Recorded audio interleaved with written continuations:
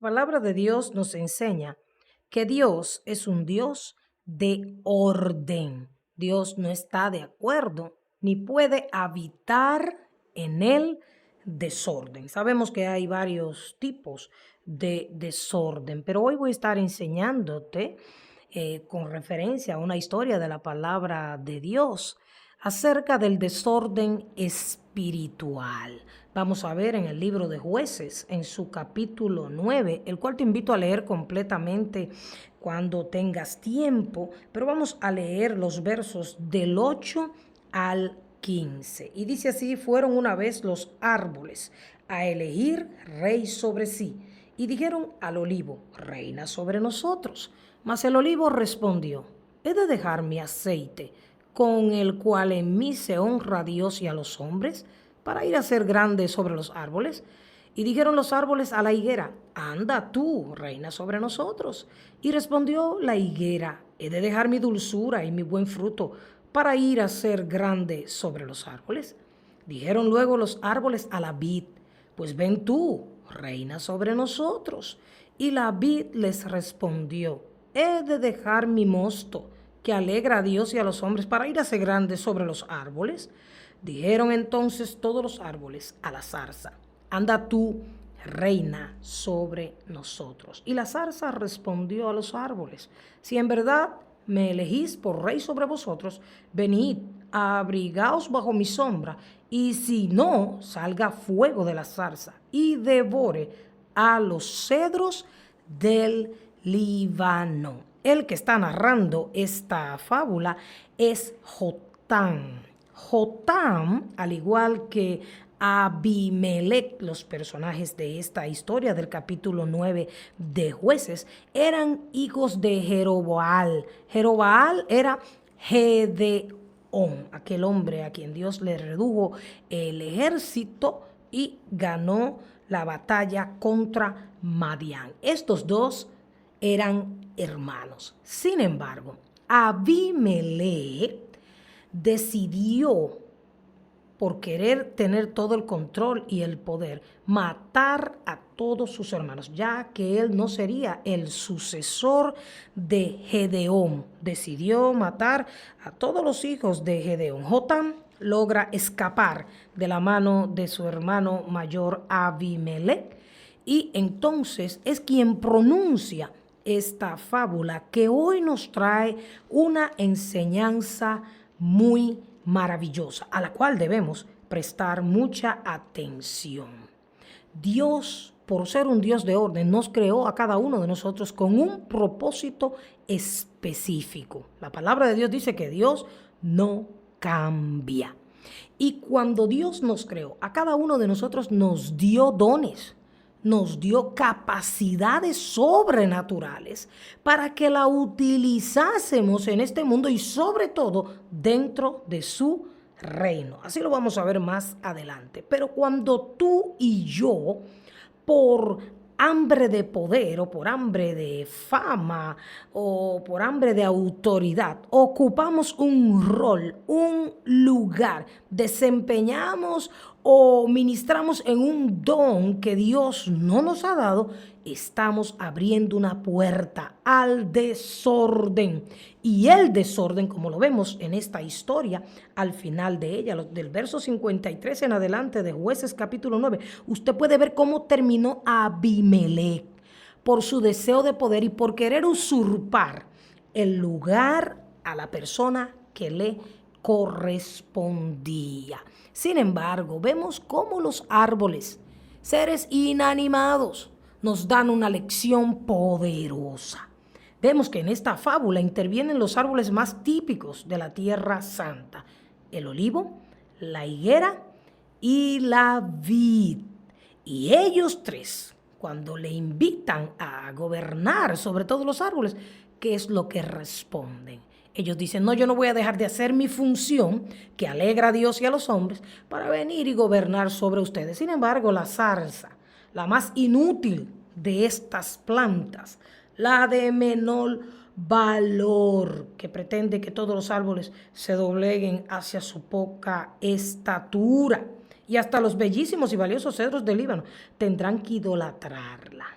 La zarza en esta fábula es una figura que nos muestra a Abimelech, un hombre hambriento, sediento de poder. La zarza crece en cualquier lugar. Es abundante en espinas. Mire lo que es la zarza. Tipifica dolor y sufrimiento.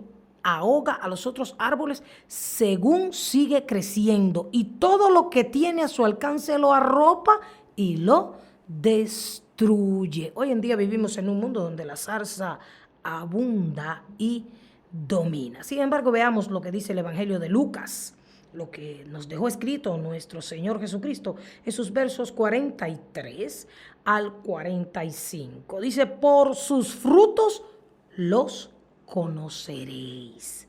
No es buen árbol el que da malos frutos, ni árbol malo el que da buen fruto. Esto está claro, porque cada árbol se conoce por su fruto, pues no se cosechan higos de los espinos, ni de las zarzas se vendimian uvas. El hombre bueno del buen tesoro de su corazón saca lo bueno, y el hombre malo del mal tesoro de su corazón saca lo malo, porque de la abundancia del corazón habla la boca. Y vamos ahora a Efesios, en su capítulo 4.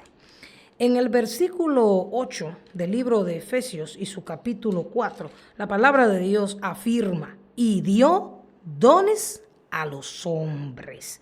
Y en los versos 11 y 12 dice, y él mismo, hablando de nuestro Dios, del Espíritu Santo, constituyó, fue Dios quien constituyó los ministerios, dice, a unos apóstoles, a otros profetas, a otros evangelistas, a otros pastores y a otros maestros. ¿Para qué?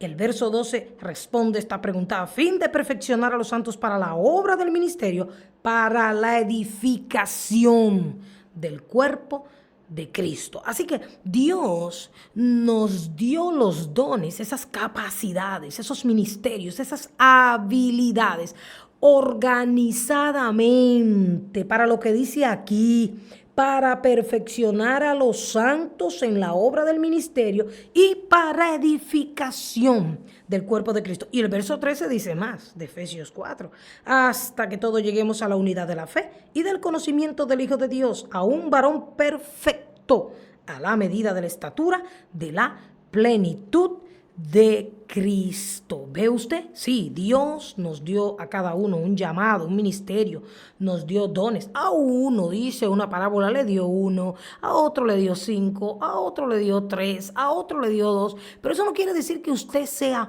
menos que el que tiene 5 si usted solo tiene 1, sino que Dios repartió a cada uno conforme a la medida, conforme a la medida que Él nos creó, al potencial que puede haber en cada uno de nosotros. Como vuelvo y repito, Dios es un Dios de orden y Dios conoce cada ser humano y Dios sabe quiénes son aquellos que pueden tener 5 dones, 3, 2 o 1. Usted no tiene que ver la cantidad de habilidades que Dios le dio, de dones que Dios le dio. Usted tiene que usar eso o esos dones para la edificación del cuerpo de Cristo, no para usted hacerse famoso, ni mucho menos para usted ostentar poder, porque vuelvo y repito, el poder, al fin y al cabo, le pertenece a Dios, ni siquiera a los gobernantes de la tierra, porque dice Isaías 40 que Él hace como nada a los poderosos y como cosa vana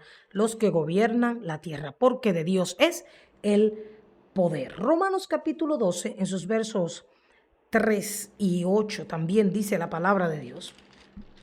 Romanos 12, 3 y 8 dice, digo pues por la gracia que me es dada a cada cual que está entre vosotros que no tenga más alto concepto de sí que el que debe tener, sino que piense de sí con cordura, conforme a la medida de fe que Dios repartió a cada uno. Lo que decía hace un momento. Porque de la manera que en un cuerpo tenemos muchos miembros, pero no todos los miembros tienen la misma función. Hay desorden, hay caos, hay muerte cuando alguno de nosotros intentamos ministrar lo que Dios no nos ha dado. Si usted tiene el don de maestro, pues usted puede operar en el don de maestro. Pero usted no se puede poner a ser maestro si usted entiende y sabe que no, que usted no tiene. Hay muchas habilidades que el ser humano aprende en el transcurrir de la vida, y en estos últimos días en que hay tanto error y en que hay tanta maldad y tantos inventos fuera de la palabra de Dios, hay un desorden y lo tenemos que reconocer y tenemos que orar por esto. Hay mucha gente que porque tiene cierta habilidad secular,